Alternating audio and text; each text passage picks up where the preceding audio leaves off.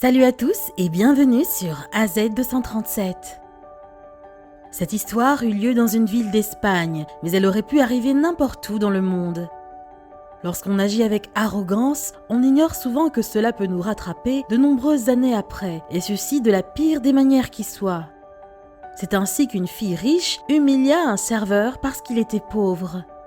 Mais 10 ans plus tard, ce serveur sauva la vie de son fils. Regardons cette histoire. Mais avant de commencer, j'aimerais vous rappeler qu'après avoir regardé cette vidéo, vous pouvez faire un tour sur notre chaîne pour découvrir de nombreuses histoires à la fois incroyables, intéressantes et émouvantes. Et n'oubliez pas de vous abonner à la chaîne et d'activer la cloche de notification si vous êtes nouveau parmi nous. Maria et Anita vivaient dans la même ville et étudiaient dans la même université.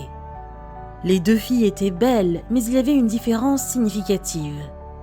Maria était entrée à l'université après avoir réussi au concours d'admission. Par contre, l'entrée d'Anita à l'université avait été payée par ses parents. Ils étaient propriétaires d'un grand commerce en ville. Malgré la différence de situation financière, les filles devinrent amies et allaient souvent, après leurs cours, dans un café voisin pour prendre un cocktail rafraîchissant. C'était Anita qui invitait généralement et parfois elle pouvait se montrer légèrement condescendante. Maria, quant à elle, aimait divertir son amie avec des conversations amusantes. Une fois, alors que les deux filles, comme d'habitude, étaient assises dans le café, Maria fut surprise lorsque son amie déclara qu'elle n'appréciait pas du tout les études. Anita lui disait qu'étudier était pour les pauvres, et pour elle, personnellement, son succès était garanti à vie parce que ses parents étaient riches.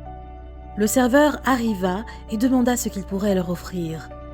Anita lui répondit: quelqu'un comme toi n'est certainement pas en mesure de m'offrir quoi que ce soit. Mais tu pourrais apporter un cocktail de limon à mon ami, mais rapidement. Après un certain temps, les filles appelèrent de nouveau le jeune homme. Anita était indignée. Hey, tu penses que nous avons le temps d'attendre notre commande toute la journée? Regarde, Maria, il lit un bouquin au lieu de travailler. Quand je vous dis que l'école, c'est pour les pauvres. Le serveur, en apportant leur commande, s'excusa pour le retard, car il avait beaucoup de commandes et s'était trouvé débordé. Anita se précipita vers la sortie en colère et tira Maria avec elle, tout en criant au serveur qu'il devrait lui-même payer pour le cocktail. 10 années passèrent, beaucoup de choses changèrent. Maria se maria et avec son mari, ils développèrent des affaires prospères. Anita, quant à elle, hérita de l'empire financier de ses parents, abandonna l'université et profita de sa vie heureuse et luxueuse. Elle oublia tout à propos de Maria parce qu'elle la considérait désormais comme une amie ennuyeuse et non intéressante. Brutalement, ses parents perdirent la vie dans un accident de voiture et le résultat fut l'effondrement financier. Elle n'avait aucun moyen de relever la fortune familiale, n'ayant jamais terminé ses études. La seule personne qu'elle avait désormais dans sa vie était son fils. Il était un enfant gentil et mignon, et elle l'aimait plus que tout au monde. Soudainement, son fils tomba gravement malade et fut emmené à l'hôpital en urgence.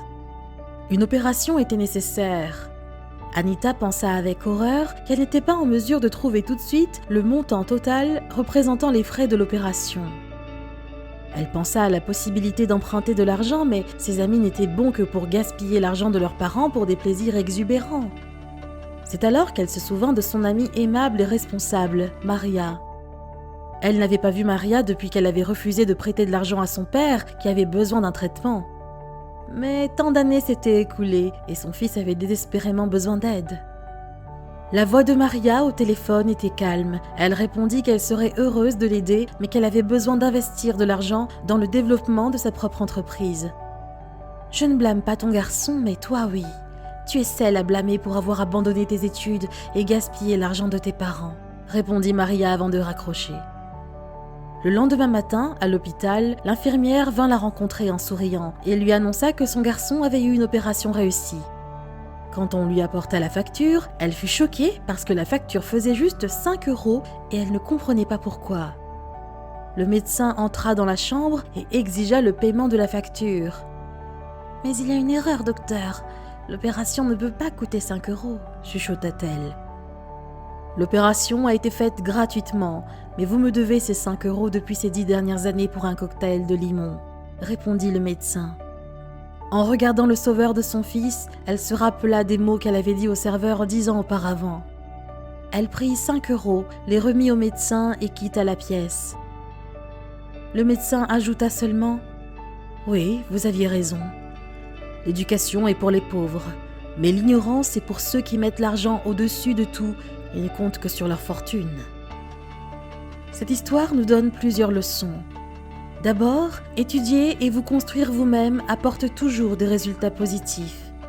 Ensuite, vous ne devriez jamais humilier ceux qui mènent une vie modeste et qui travaillent dur pour s'en sortir. Après tout, un jour, le karma de votre vie peut dépendre de la personne que vous avez offensée dans le passé. Quelle est votre opinion au sujet de cette histoire? Dites-le nous dans les commentaires. Si vous avez aimé cette vidéo, alors cliquez sur le bouton j'aime et partagez-la autour de vous. À très bientôt sur AZ237.